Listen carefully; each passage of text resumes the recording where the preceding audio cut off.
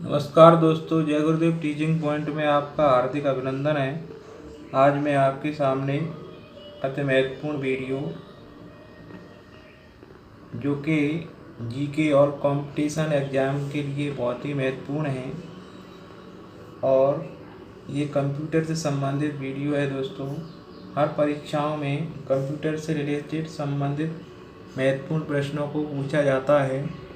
तो दोस्तों, आज हम कंप्यूटर मेमोरी के संबंध में कुछ फैक्ट आपके सामने रखेंगे कि कंप्यूटर में जो मेमोरी होती है उसमें कितना स्पेस होता है, कितने प्रकार के स्पेसों में उसको डिवाइड किया गया है।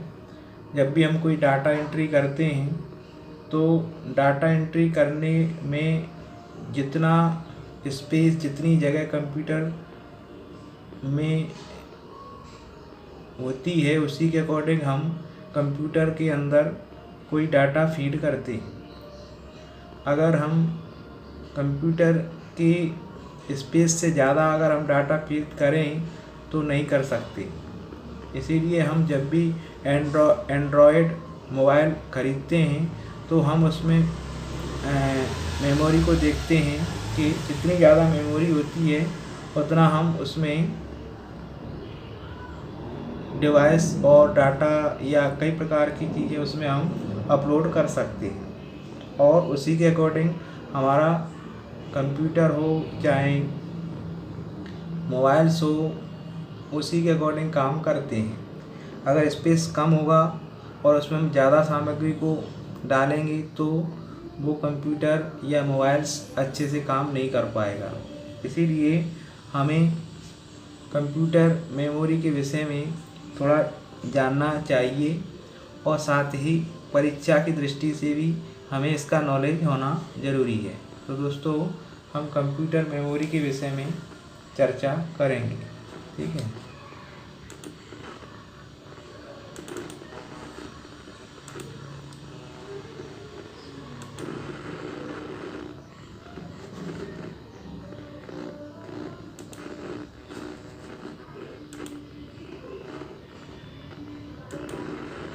तो दोस्तों, यहाँ पर हम देख रहे हैं कि कंप्यूटर से संबंधित जो फैक्ट हैं वो हम यहाँ समझेंगे। वैसे मेन तरीके से देखा जाए तो कंप्यूटर मेमोरी को दो प्रमुख रूपों में डिवाइड किया जाता है। एक तो रैम और रोम, रैंडम एक्सेस मेमोरी और रीड ओनली मेमोरी।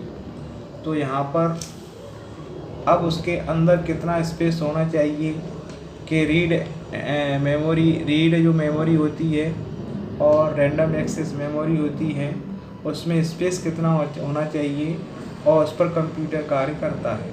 दोस्तों, बाइनरी डिजिट जो होती हैं तो बाइनरी का नॉलेज स्टूडेंट को होना चाहिए। बाइनरी का मतलब होता है कंप्यूटर अपनी भाषा को समझता है, वो किसी प्रकार की लैंग्वेज को नहीं समझता है। वो अधिकतर 0 और 1 दो डिजिट ही वो समझ सकता है और इसी के द्वारा जितने भी सॉफ्टवेयर्स बनाए जाते हैं 0 और 1 बाइनरी बेस पर ही बनाए जाते हैं। तो दोस्तों, यहाँ पर वेट्स की बात हो रही है और कंप्यूटर मेमोरी से संबंधित हम यहाँ चर्चा कर रहे हैं। तो दोस्तों, जो निबल होता है, निबल सबसे कंप्यूटर की मेमोरी की सबसे छोटी इकाई होती है, वो निबल बोली जाती है। तो 8 निबल में एक बिट होता है, बिट्स होता है। तो यहाँ पर एक बिट बाइनरी डिजिट कहलाती है। एक बिट है वो क्या कहलाती है? बाइनरी डिजिट कहलाती है। तो यहाँ पर 8 बिट्स अगर मिल जाएं, यहाँ पर थोड़ा मिसप्रिंट है, यहाँ टा होना चाहिए। तो 8 बिट्स 8 स्पेस बराबर 1 बाइट होता है। अगर यहाँ हम जैसे मान लीजिए 8 डिजिट्स हम लिखेंगे, 8 डिजिट्स की जितनी जगह गिरेगी वो उसको हम क्या कहेंगे? 1 बाइट कहेंगे। 8 अक्षर जिसको अपन कह सकते हैं, 8 डिजिट्स अगर हम लिखने में जितना हम जगह चाहिए उस 8 अक्षरों को अगर हम भरने के लिए हमें कितने बाइट की आवश्यकता होगी दोस्तों, तो 1 बाइट की आवश्यकता होगी। तो 1 बाइट बराबर 8 बिट्स या 8 बिट्स बराबर 1 बाइट, ठीक है। तो दोस्तों अब क्या है, 1024 बाइट जो स्पेस होती है उसको हम क्या कहते हैं, 1 किलो बाइट। 1 किलो बाइट में 1024 बाइट समा सकती हैं। और कितने अक्षर इसमें आ सकते हैं, तो 8 का मल्टीप्लाई 1024 में कर दो, जितना भी अक्षर आएंगे वो 1 किलो बाइट में समा जाएंगे। तो 1024 बराबर 1 किलो बाइट होता है दोस्तों। आगे का, अब 1024 किलो बाइट बराबर होता है 1 मेगाबाइट, यानी 1 मेगाबाइट में 1024 किलो बाइट होते हैं दोस्तों। और 1024 मेगाबाइट के बराबर होता है 1 गीगाबाइट, यानी 1 गीगाबाइट में 1024 मेगाबाइट समा सकते हैं दोस्तों। आगे 1024 गीगाबाइट बराबर कितना होता है, 1 टेराबाइट होता है। 1 टेराबाइट में कितने गीगाबाइट समा सकते हैं, 1024 गीगाबाइट समा सकते हैं। और कितना मेगाबाइट समा सकते हैं दोस्तों, 1024 इंटू 1024। तो इस तरीके से आप इसका इंटू करते जाएंगे तो इसी हिसाब से आपको पता होता जाएगा कितना स्पेस 1 टेराबाइट में समा सकता है। क्वेश्चन कई प्रकार से घुमा देते हैं कि 1 टेराबाइट में कितने वेट होते हैं, 1 टेराबाइट में कितने बाइट्स होते हैं, 1 टेराबाइट में कितने 1024 बाइट, मतलब तो इसका मल्टीप्लाई करके आप करोड़ों अरबों की संख्या में संख्या प्राप्त कर सकते हैं। लेकिन प्रश्नों में जब भी परीक्षा में पूछा जाता है तो जैसा मैं यहाँ दे रहा हूँ उसी तरीके से पूछते हैं कि 1 टेराबाइट बराबर कितना गीगाबाइट होगा, या 1024 गीगाबाइट बराबर कितना क्या होगा, तो टेराबाइट, ठीक है। आगे टेराबाइट से आगे भी इकाई है, 1024 टेराबाइट के बराबर 1 पेटाबाइट होता है। क्या होता है दोस्तों, 1 पेटाबाइट होता है। और दोस्तों अभी तक हम पढ़ते आए हैं तो टेराबाइट से ज़्यादा हम इकाई नहीं पढ़े हैं। हमने अभी जितना भी हमने सिलेबस देखा तो टेराबाइट से आगे हम कहीं पर भी कोई इसका स्पेस कंप्यूटर मेमोरी के बारे में जानकारी नहीं मिली थी। लेकिन अभी अपडेट जो जानकारी आई है कंप्यूटर मेमोरी से संबंधित, तो दोस्तों 1 पेटाबाइट होता है। 1024 टेराबाइट बराबर 1 पेटाबाइट। इसके आगे भी है 1024 पेटाबाइट बराबर 1 एक्साबाइट भी होता है।